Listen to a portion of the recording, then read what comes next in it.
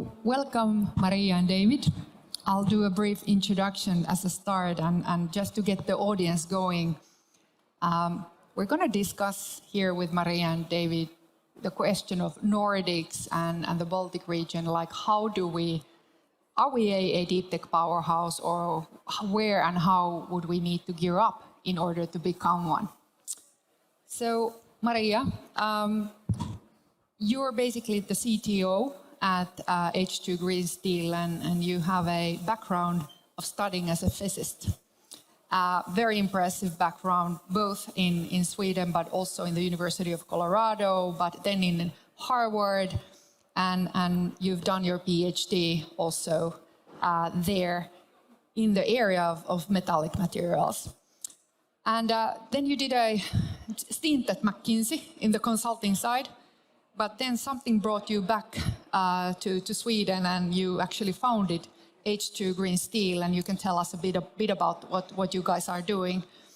But just as a kind of a curiosity, I heard that you used to be also a professional golf player, and you've played like in a really competitive level. Is there any correlation between your studies or scientific research in the area of metals and being a golf professional? Please share us. Well, the idea of actually studying metals and physics came from when I was out on the golf tour.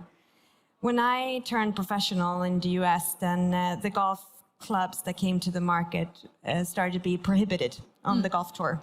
The reason for that was they had a catapult effect shooting out the ball. So you were hitting so far that either you need to prohibit the golf clubs or you needed to rebuild all the golf courses. So it was much cheaper to prohibit the golf clubs. But I was started to think there when I was playing that why don't you actually use that material in cars?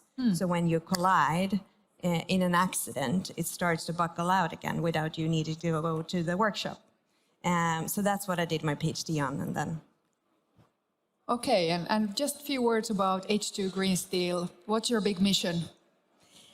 We want to decarbonize the steel industry, the global steel industry, period. The global steel industry is 7 to 8% of all the CO2 in the world. And the technology is ready. You just need to be put together in a certain way, slight modifications. And by putting us into the market, I believe we have already proven, actually, that we can accelerate the industry. Okay, fantastic. So David, you are a big name in the Nordic deep tech scene. Everyone knows David Sonnek. You're currently the CEO of Navigare Ventures, which is a new, as you said, visionary deep tech investor.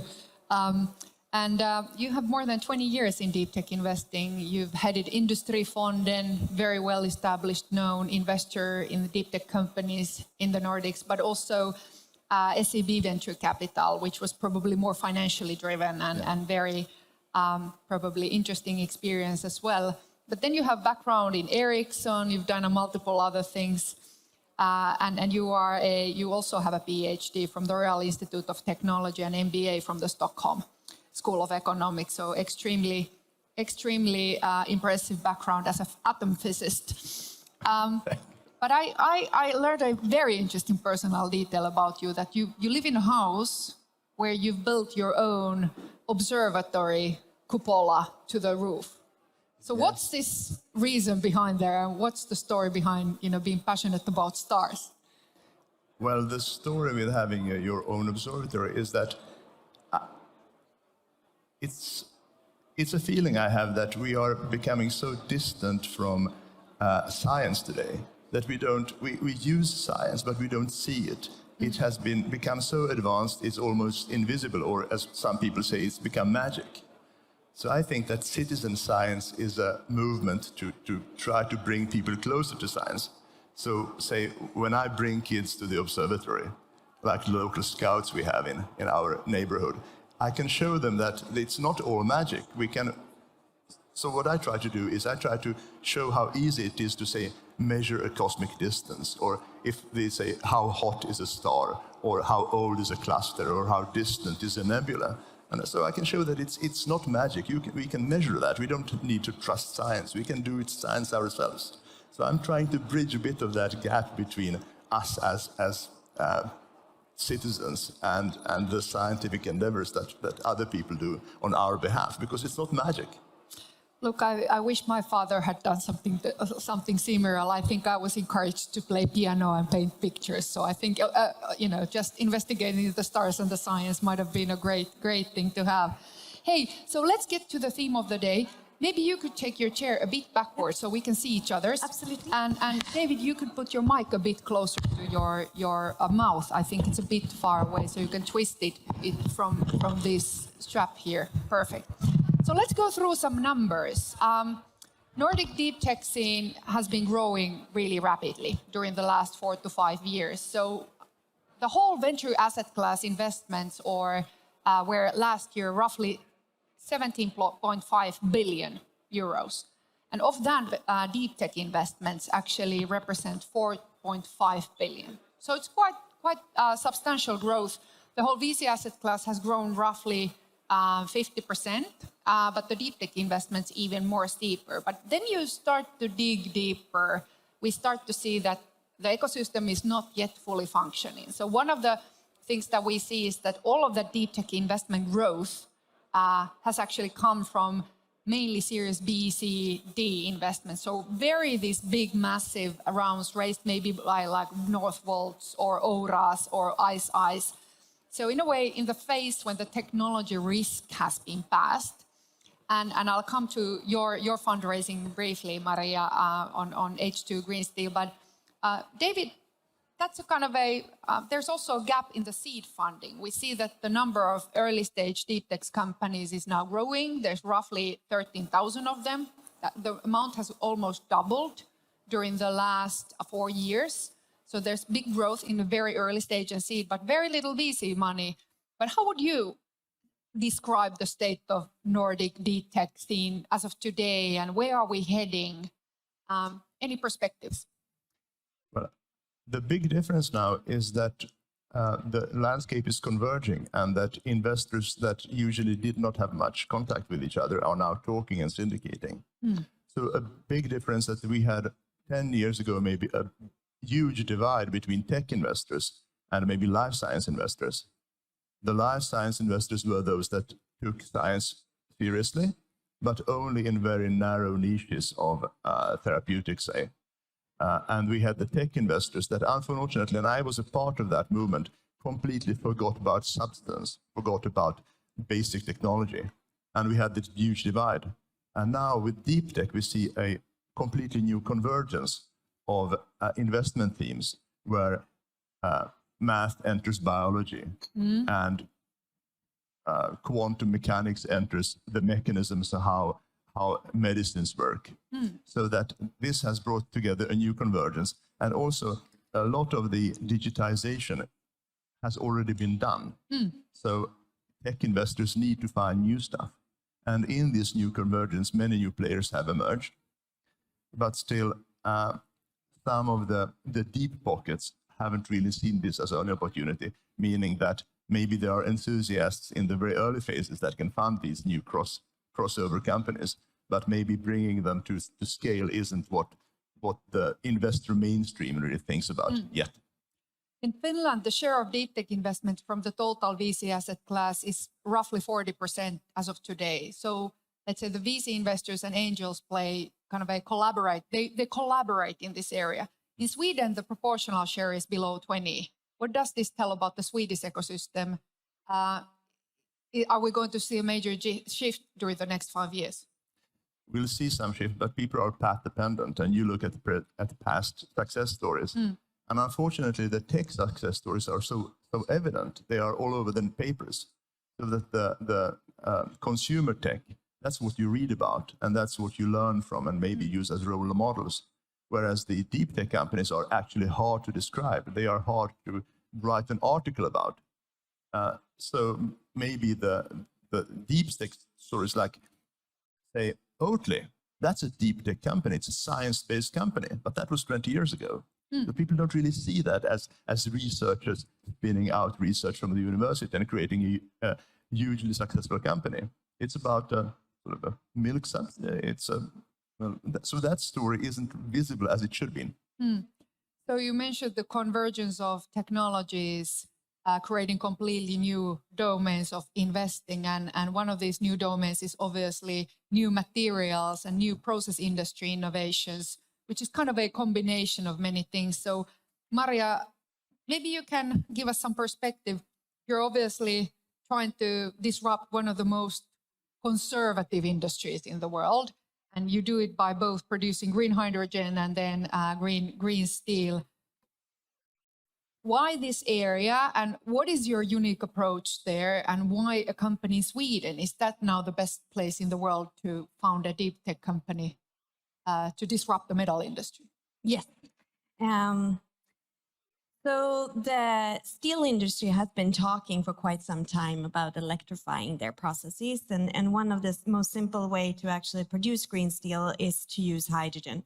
When you do that, you actually use existing technology. It's a DRI tower, and it's fed normally, you say, by natural gas, but natural gas is split into hydrogen and carbon monoxide.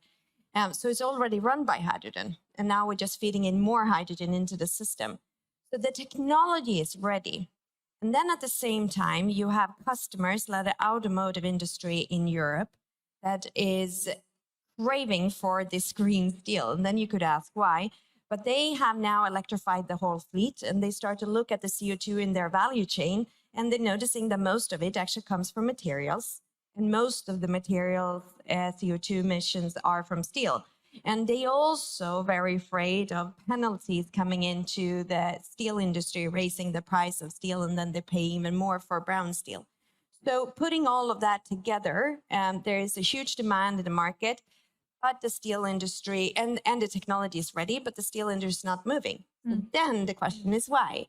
And multiple reasons for that. One is that the European steel industry today is situated in locations where it's really hard to get a continuous flow of green electrons at a low price. Okay, so they have fixed assets in a tough location. Yes, very tough locations. So the north of Sweden is optimal in that sense. The other thing is that you need to bring different type of technology, the best of the world's technologies, to one place and not necessarily do the same processes that we have done for 100 years in Europe. And so be able to bringing a new thinking into how we design it. We also getting the cost down of producing this green steel. So strategically, I think David and I probably as investors immediately start to think like, what is the approach that you've taken? So do you control your own destiny end to end, or are you looking to then collaborate with metal and steel industry players over time? Because one of the challenges what deep tech companies tend to have is time to market. And one of my big questions relating to the locating to Sweden is that Sweden really isn't the biggest market in the world. The biggest markets are in Germany or in USA or in Asia. So how do you control your own destiny, or how dependent you are from the ecosystem? This was a big question when we started 2.5 years ago. Should we control our own destiny, or should we send half-made steel down to Europe and then they finish it before it goes to end customer? And we decided that we have the customer relationships. Through the founders with Norfolk, we already have wonderful customers down in Europe, and we should foster those relationships and actually produce the whole value chain and create our own destiny and send it down.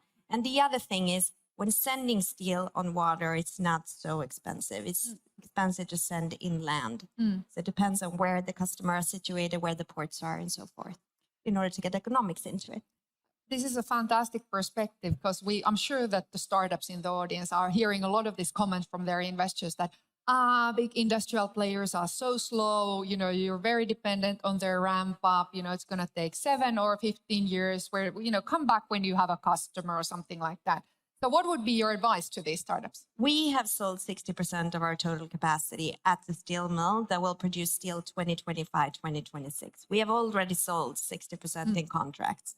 So we're bringing the customers in already now. Many of the customers has also invested in us, like BMW, Miele, Electrolux, and so forth.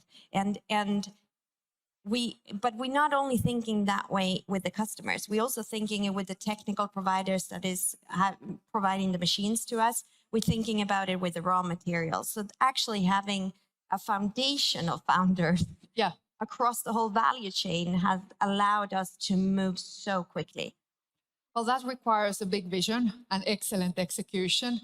So I think we touched like all of these different building blocks of a deep tech ecosystem, David, here. We spoke about converging technologies and a new kind of a phase of new technologies and investment opportunities. We discussed basically regulation, pushing companies to also become customers or big corporations to start stepping up. What other building blocks a deep tech ecosystem requires? And what do we have here in the Nordics, and what are our biggest gaps, to your opinion? I think that we have great research. Research is great. Okay.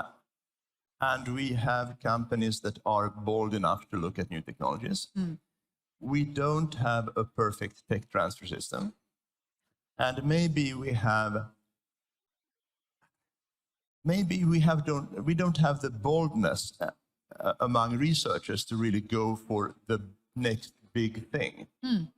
So maybe we have all the top-notch research, but we do have a system where researchers are maybe disincentivized to take the step to commercialize, and also sometimes to take the bold vision. Instead, they do research on stuff that's publishable instead of stuff that's interesting. So maybe there is a bit of a disconnect.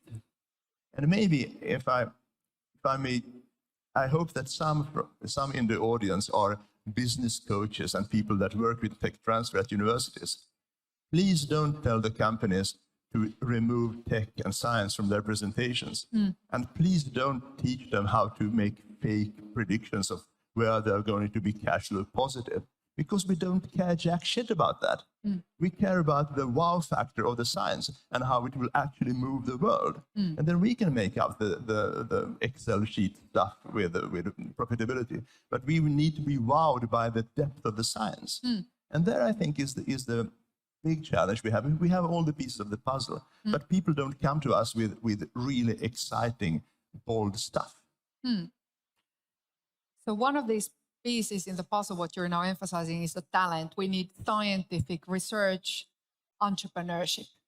So researchers who are bold enough to found companies and go for the big vision. How are we doing otherwise with the talent? So how could we get this other growth talent that we have in other parts of the ecosystem or industry working more towards deep tech companies? Because in a way, if you look like Nordics, we have 28 research institutions and universities. That's like tens of thousands of researchers and basically people who know the technology. But then we also need to get that growth entrepreneurship.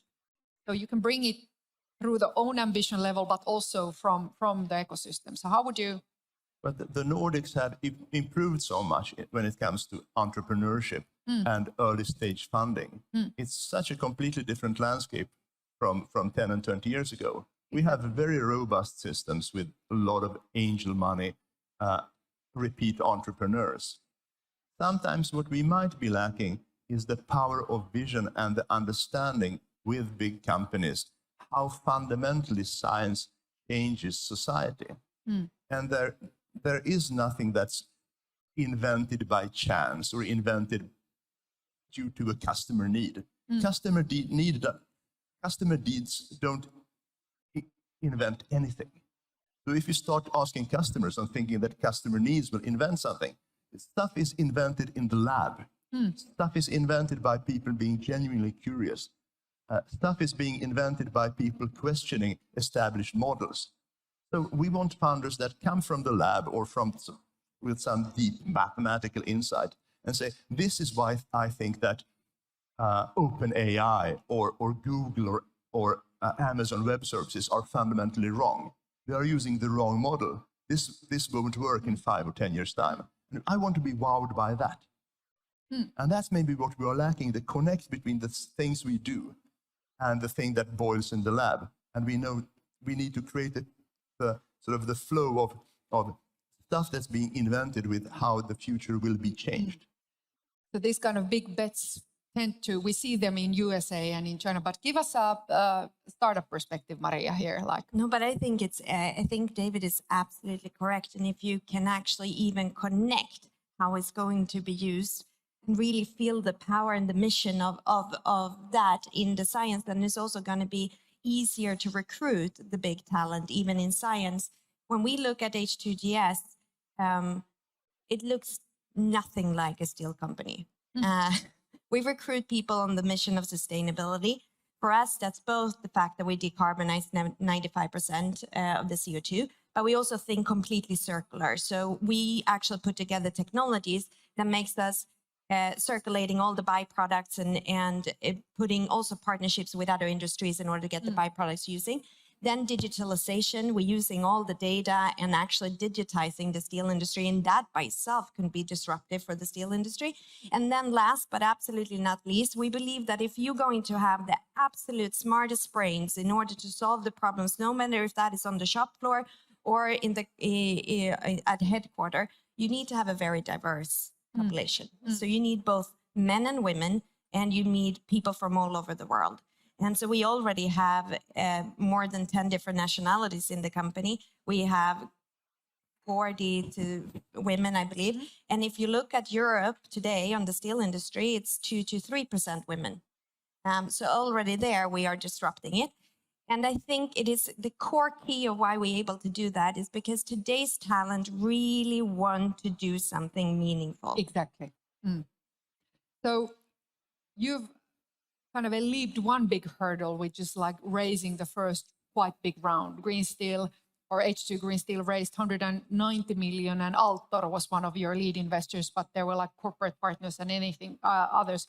Was it difficult to get such a big round together? So now share these insights with other founders here.